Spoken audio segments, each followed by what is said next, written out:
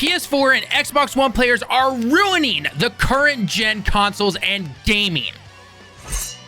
Now, I don't want to be pointing fingers at anyone for not upgrading from the PS4 and the Xbox One. We have great games like Fortnite or Warzone, which are still free to play and available on all those other platforms and everything like that. But just remember that you, yes, you are holding back the entire medium for all of us, Mr. Bang Bang Banana 24795.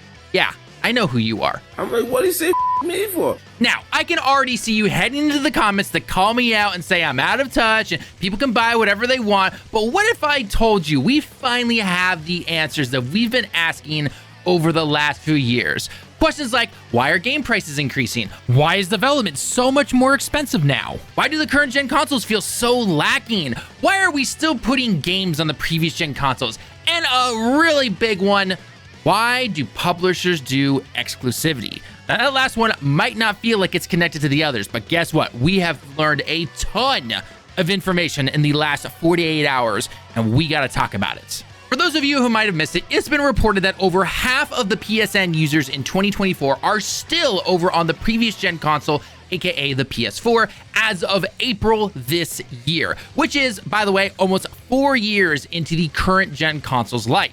We don't have numbers for Xbox since they stopped reporting those numbers a long time ago, but we can assume it's probably around the same. I mean, Xbox has always had a play anywhere mentality, so it does make sense. Then, literally 2 days ago, yes, 2 days ago, as of May 26, 2024, we found this Twitter thread by an ex-director of business at Square Enix Holdings who basically opened the floodgates to questions that I mentioned above. It is a real eye-opener and paints a very clear picture of what the current games industry is, and it's actually forcing everyone here to answer this question.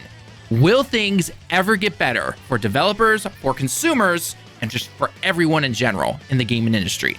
Well, it's about damn time we find out. I'm Talon with Direct Gaming, and here's our deep dive into the future of games in the gaming industry. Hope you enjoy. Now, to start this video off, I have a very quick question for you, the viewer. Is this, right now, the worst console generation ever? Well, if you looked on social media and other websites, God help your soul, that would seem to be the case. From comments like, there are just no games, to there is nothing different between last gen and current gen. And, of course, my personal favorite, where are the exclusives? You would think gaming is all but dead. And while that can be a topic for a different video, I want to focus on the current gen consoles of gaming and what is going on. Why are we seeing articles like this saying that over half the users in one ecosystem have not advanced to the next system? Since the beginning of consoles themselves, it's been pretty normal to advance to the next gen console over time. Not all at once, obviously, but over time a majority of people do. Not to say that we simply throw away our old consoles or anything like that, but with things like more games releasing and price drops, a majority of players do find themselves moving over to the next system eventually. But why not now? What is it about the PS5 and the Series X that a majority of people have just said, nah, I'm good, bro? Side note, we can't really include the next Switch or the Switch successor because it hasn't come out yet, so we're not gonna really be mentioning Nintendo at this particular video. Now, going off of that very easy question, I've got another question for you right here. And again, it's a pretty standard one. You right now watching this video, do you or have you ever played one of these 5 games that are currently on the screen? Actually, let's narrow this down a bit. In the last year, have you played any of these 5 games? You know what? One more time, just for good measure. Have you played any of these games in the last month? Got your answer? Good. Now, take that answer, go down into the comments right now, and type that out for us to see. And also, when you type in that answer, I want you to include what console you're currently playing on or what platform you're playing on. Are you playing on a previous gen console, a current gen console, or heck, even PC? I don't care if you're on PlayStation, Xbox, the Wii, who cares? There's going to be no shaming here. Everyone has different preferences and circumstances as to why they own particular consoles. Totally understandable. But if we want to keep it focused on this particular generation, then this generation has been very interesting to say the least. From the craziness that was 2020 to 2022, to most games still being available on previous gen consoles, inflations, prices rising around the world for goods, including consoles and tech that usually drop in price over time, and finally, with the recent news that over half of something like the PSN owners are still on the previous gen hardware, the big question becomes, will this console generation go down as one of the worst? And what is the real reason that people are not upgrading?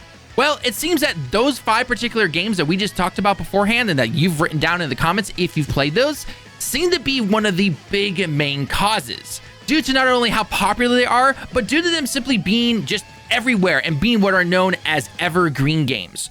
Players don't really have a need to upgrade. I mean, unless you really need that next gen patch or higher graphics, why upgrade, right? Couple that with prices not really going down for this particular generation, when previous gens would have seen a price decrease easily by now. I mean, heck, if you take a stroll down memory lane and remember the PS4, before the PS5 release, you could find one for a pretty good price with tons of games on sales that you could even buy for the system, from games like Uncharted 4 and The Last of Us to God of War 2018 and Spider-Man, or how about games like Ghost of Tsushima and Red Dead 2? Plus, you could get these all on sale or heck, even free on PlayStation Plus at that time. Xbox had the same thing going with Gears of War and Forza and things like that. So there's really not a lot of incentive to really upgrade. And even though a lot of those evergreen games that we mentioned beforehand have cross progression, a lot of people don't feel that having to buy an extra $500 box, essentially, doesn't make much sense, especially if you have things like school, a full-time job, or anything like that. To continue on, speaking of games, however, though, what you might be hearing a lot, especially this generation, is that there's just not any good games to play. There are no exclusives to take advantage of the hardware, and unless you're some hardcore Sony pony or Xbot, then what's the point of buying the next console and everything? I mean, even huge games like God of War Ragnarok are cross-gen. So with all that being said, I want to pose a final question. I know I'm asking a lot of questions. Sorry, I'm a teacher. But what game would need to release for you, the viewer, to finally upgrade and purchase that next big box? Is it going to be a game like GTA 6? I mean, 5 is still being played on the previous gen consoles, and that game itself is still selling every day. Last I checked, that game is still selling over, what is this number? 200 million! What the hell? Who has not bought this game at this point? Damn. Yeah, really is no point to updating. Or do you need something like the next Fortnite that can just be played on the next gen consoles and not the last gen consoles? Or are you simply waiting for some next big game that sets the world on fire and then you finally make that jump? I'm really interested in your answer, so please let me know down below. If we move away from just the games themselves, though, another factor is simply just price. This is the first console generation where we are 4 years into its lifespan, and we have not seen a single price drop. In fact, many countries, the price has actually gone up. So what's going on? Well, it also doesn't help that things like inflation have gone up, people are spending money on other things besides games, and honestly, the biggest one is the companies, actually. Companies trying to keep the profits that they saw back in 2020 to 2022. You've probably heard it across multiple videos over the last year or so, where these companies saw record growth for the last couple of years in COVID, and everything started to go down, like you would predict it would, but they don't like that. They need that line to keep going up, and so what do? They increase the prices. So again, what is the actual point of upgrading? Heck, Xbox, like we mentioned beforehand, has adapted a play anywhere situation. So as long as you can play their software, because they're Microsoft, then they don't really care. As long as you are playing their software and you are sending them money, that's all that matters. The final nail in the coffin is simply just many feeling that this generation is just not a big enough leap forward like many generations beforehand. I've actually said this many times in our streams, but since the PS4 generation, we should not be expecting huge leaps in the graphics. We've kind of hit that pretty high watermark already. I mean, look at something like God of War Ragnarok. While the PS5 and the PS4 versions can look a little different and there's some good frame generation and everything like that, overall, the game still looks amazing on the PS4. Instead, I've been saying for quite a while that consoles are basically becoming what happened to the PC building space years ago. Instead of seeing crazy jumps in specs and what the games can reach, they're just going to have smaller increases like ray tracing and other features. I mean, heck, the last couple generations of GPUs when it comes to PC building has mostly been focused on frame generation and other things like that. So I expect to see more things like that going forward in the console space. Okay, so we know lots of people have decided to simply stick with the previous gen, but does this mean that the current gen is actually just dead? Well, we know that that's not actually really true, since the PS5 itself has actually been selling as well as the PS4 at the current 4-year mark in terms of total global monthly sales. So what is it? Is it simply just that so many PS5s were bought during the craziness that was 2020 and that has simply kept it afloat? I mean, as much as we would love to simply go back in time and say, oh yeah, 2020 to 2024, if it had just been normal, things would have just looked the same essentially. But unfortunately, we can't really do that. So what exactly is it? Well, that's where this little thread comes in. Now, I'm going to leave the full thread linked below, and I highly encourage you to read the full thing. But I want to go over this now with you, because not only does this go a lot into detail on the current state of the industry, By the way, shout out to Jacob Novak for this. I hope I pronounced your last name right there. But this is going to really open your eyes unless you have been looking into the gaming industry for the last like 10 years and you follow every single article. Now, I need to mention that this does start with a focus on Final Fantasy and Square Enix. He was the director of business there and even reported to the CEO. But trust me, this relates to all areas of the gaming space. Well, except Nintendo. But you know that already. It's Nintendo. All right, enough speculating. Let's just get straight into this. I'm going to be reading a lot of this information and giving my own personal thoughts after certain sections. Let's get going. Jacob starts this thread off by saying, as a reminder, I've reported to 2 CEOs of Square Enix for the better part of a decade. I also correctly predicted that last year, Square Enix was going to break their exclusivity. I'll note that I have no confidential information that I'm basing my arguments on. To start, we need to look at the decisions made on the titles under the development from the lens of 2015 to 2022, not the lens of 2023. For example, Final Fantasy 16 would have started pre-production prior to the release of Final Fantasy 15, which was released in 2016. This is a pre-Fortnite era. Budgets for games like Final Fantasy 7 Remake and Into Rebirth would have been around this period too. This is important to note, and we'll get back to it later. He continues on, there's a misunderstanding that has been repeated for nearly a decade and a half that Square Enix sets arbitrary high sales requirements, then gets upset when those high sale requirements are failed to be met. I'm not gonna lie, this shocked me right here. I've been saying that for quite a while, especially in our last few videos that related to things like Final Fantasy 7 Rebirth and Square Enix going full multi-platform. I mean, it's all we've heard for the last like 10 plus years. Now, he does say this was not true when he was there, and it's unlikely to be true today. However, maybe way back in the old days, maybe it was, but I'm not gonna assume anything. Clearly, that's what a lot of us used to do. Sales expectations generally come from a need to cover the cost of development plus a return on investment. He states, if a game costs, say, $100 million to make and takes 5 years, then you have to beat, as an example, what the business could have returned investing $100 million into the stock market over that period. For the 5 years prior to February 2024, the stock market averaged a rate of return of 14.5%. Investing that $100 million into the stock market would net you a return of $201 million, so this is our ROI baseline. The question becomes, can the game net a return higher than after marketing, platform fees, and discounts are factored in? This is actually a very hard equation, though it does seem simple. The $70 that the consumer pays only returns $49 after 30% platform fees, and the platforms will generally get a recoup of any funds spent on exclusivity, meaning until they are paid back, they will keep that cash. Plus, discounts start almost immediately when a game is released. Assuming marketing expenses at $50 million and assume that you're not going to get $49, but rather an average closer to about $40 given discounts, returns, and other aspects. Now, let's say in the first month you sold 3 million copies with $40 net received. We're going to ignore the recoup for now. You need to surpass $254 million to make expectations. That's $100 million plus $101 million in IRO baseline plus the $50 million in marketing. At 3 million copies with $40 per copy received, you've only made $121 million, and you're pretty far off. From the statements made, it's going to take a game like Final Fantasy 16 18 months to hit the expected sales.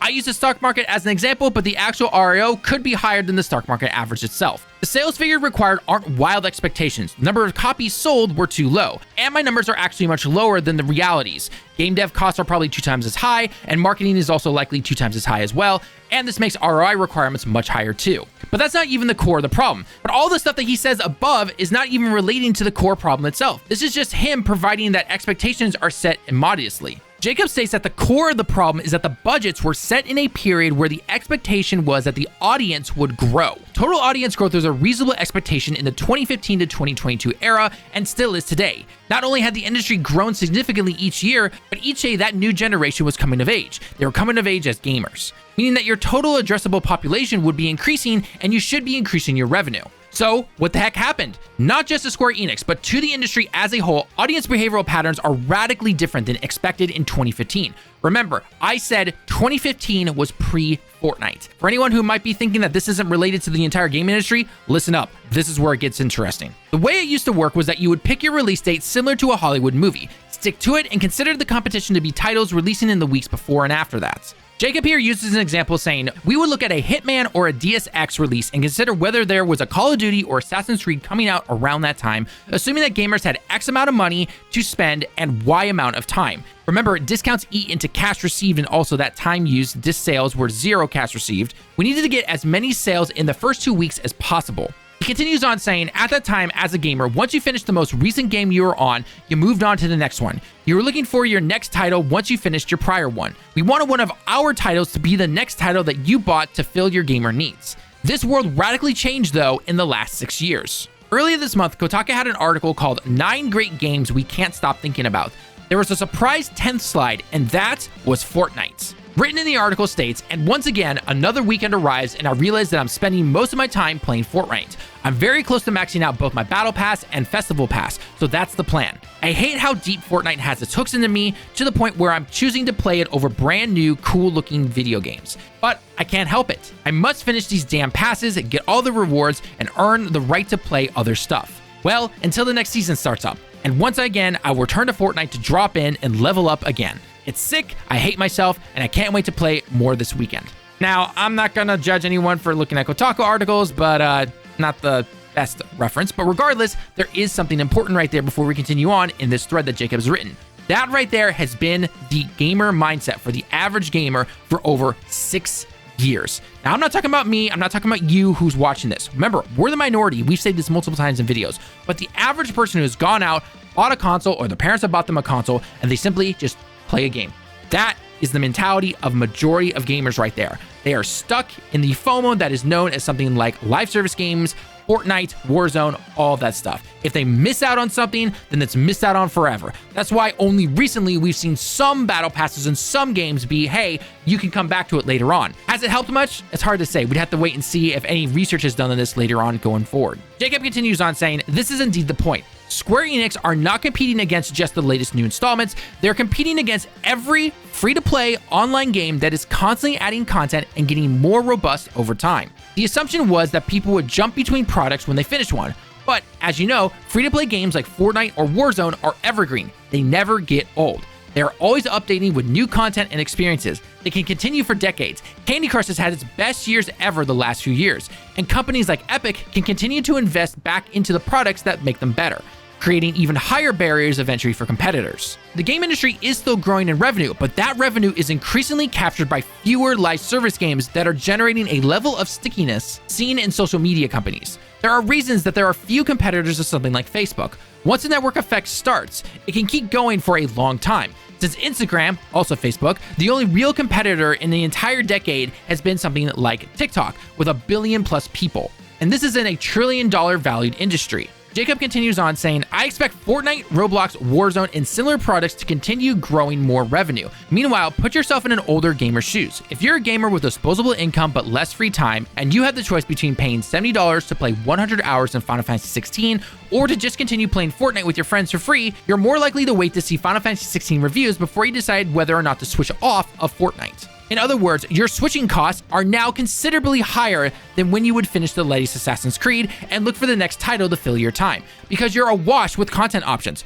Fortnite doesn't end. This is the reason we see trends where games are either spectacular 10 out of 10 successes or disasters, with little in between. There is no next hit being searched for many of these cases, and this polarization makes risks higher and costs higher too. We're going to get into that in just a moment.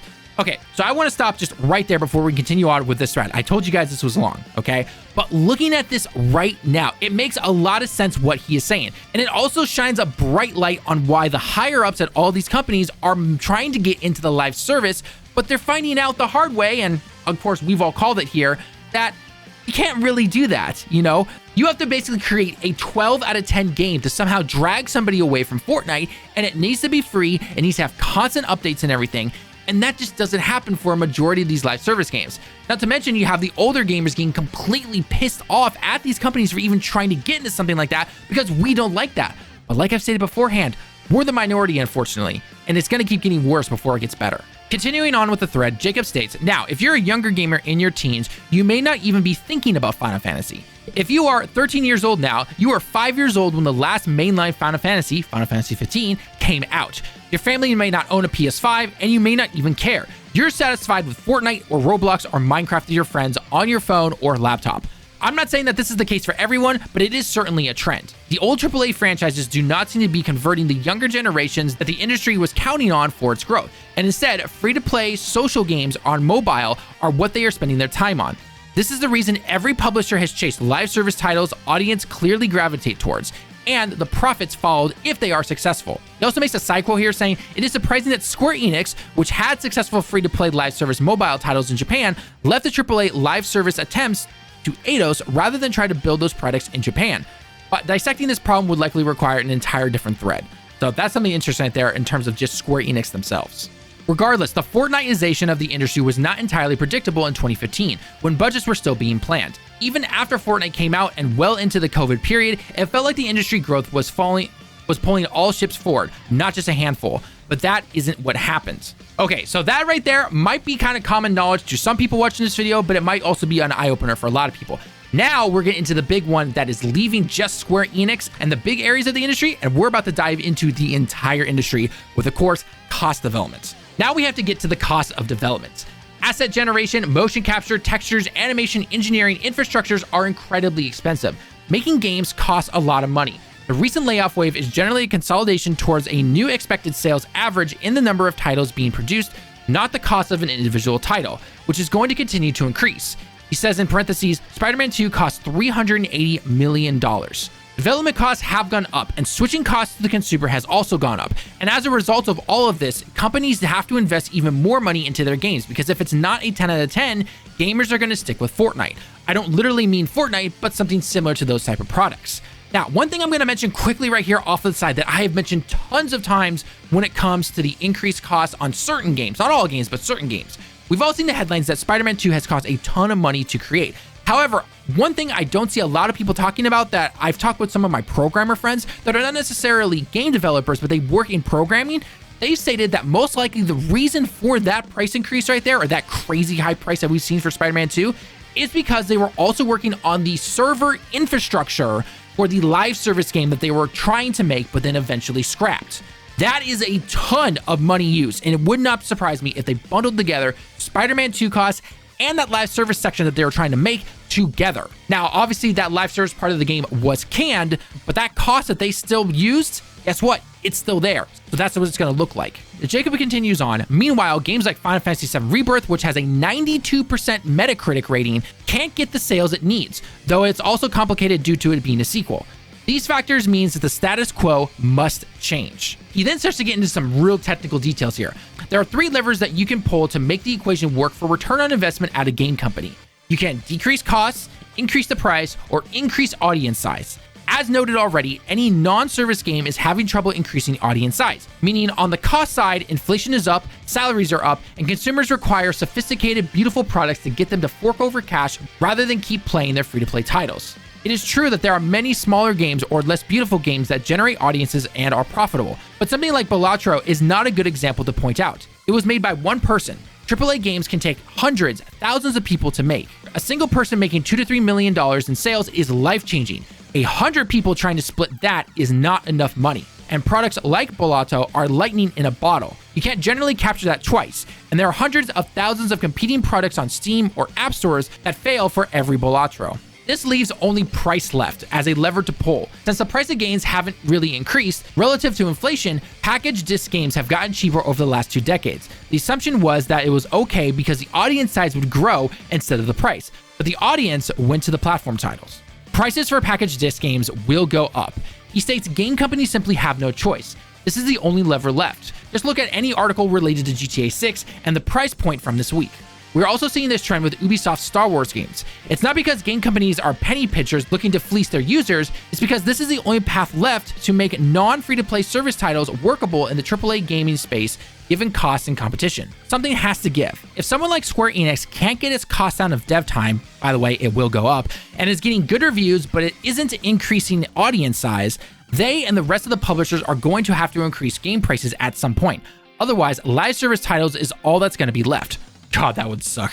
There's another path that I can think of, which is increasing the take rates. If publishers can capture more of the platform side revenue, they can moderate price increases while capturing a better return on investment because they're capturing, say, $50 or $55 out of $70. Tim Sweeney Epic knows this, which is why he's fighting the good fight on platform fees, both at EGS and within the app stores to open up PC and mobile ecosystems. This is also why you'll see Microsoft and others take advantage of his fight and start their own app stores. You would think Microsoft would chip in for Epic's legal fees, which they're capturing the benefits of with no risk. But this path will take time, and it's very hard on consoles where the AAA publishers make a lot of the money, so expect prices to still increase to be the norm for quite some time. Okay, so we've got a lot of information right there, and I know it was a long one, so if you're still here, I thank you. But the way I personally look at this and what he has said right here is that basically the way it looks, because a lot of games are not going to be these free-to-play live service games, and even those who have tried to dip into that space and have clearly failed, as we've seen over the last 5 to 10 years, guess what? That's not going to change anything. And so even having a game like something like Final Fantasy VII Rebirth, which got a 92, which back in the day would have sold crazy high numbers. And by the way, we're going to get into that whole exclusivity thing here because it's not as black and white as you might think it is. Then what are the companies supposed to do basically? Now, I'm not trying to be a company shill here. A lot of the companies, especially those higher ups and the CEOs and everything, make some very stupid decisions. But in this current world that we live in right now, where it's all about capital gains and making sure the line continues to go up and everything, that is one of the reasons we are where we are right now. Now, getting back to that exclusivity, because I know a lot of people are going to be going into the comments saying, look, if a game like Final Fantasy VII Rebirth had simply released on PC and Xbox and everything else, then guess what? It would have sold bangers and everything would have been great. That's not necessarily the case, and I want to show you this tweet right here.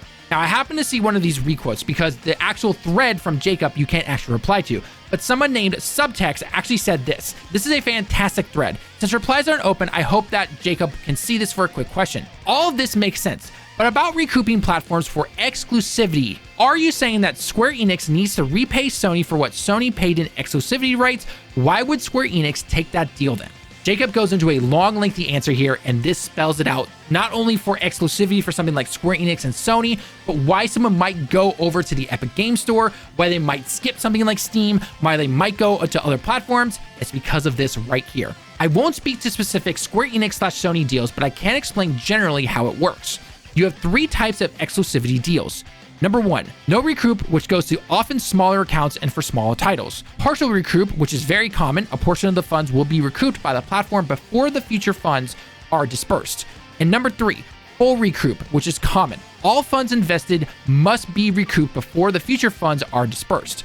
So basically that third one right there, from the way I'm reading it, again, I'm not a business major, but basically all the funds have to be recouped for the money that someone like Sony pays Square to make this game before all future funds can then go to Square Enix. In the case of recoups, the publisher is not necessarily paying the platform. When you purchase a game digitally through, say, the Sony store, Sony receives those funds first, so it can't be withhold payment for the rest until recouped.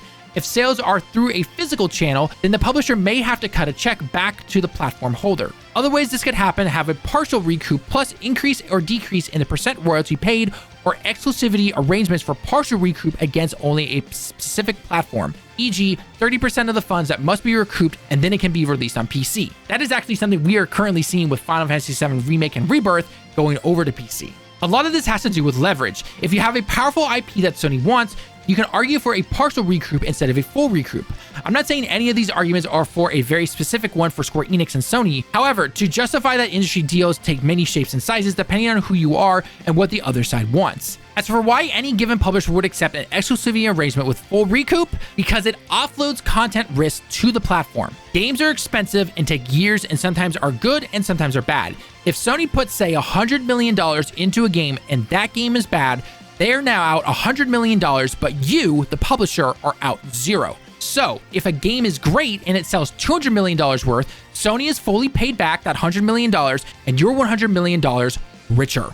That right there, ladies and gentlemen, is why we still have exclusivity. Again, not even looking at something like Nintendo, but the big question about why does Square and Sony do these exclusivity deals? Why does Xbox try to do exclusivity deals? Why does anyone try to do this? Why do people try to put their games onto something like the Epic Game Store instead of something like Steam, which has a much higher player base? It's all because of money. Now you might be sitting here going, well, no shit, Talon, we've all known that. But this right here should be spelling it out for you. Why would someone pick Epic over Steam? Because Epic only takes 15% of the cut compared to Steam's 30%.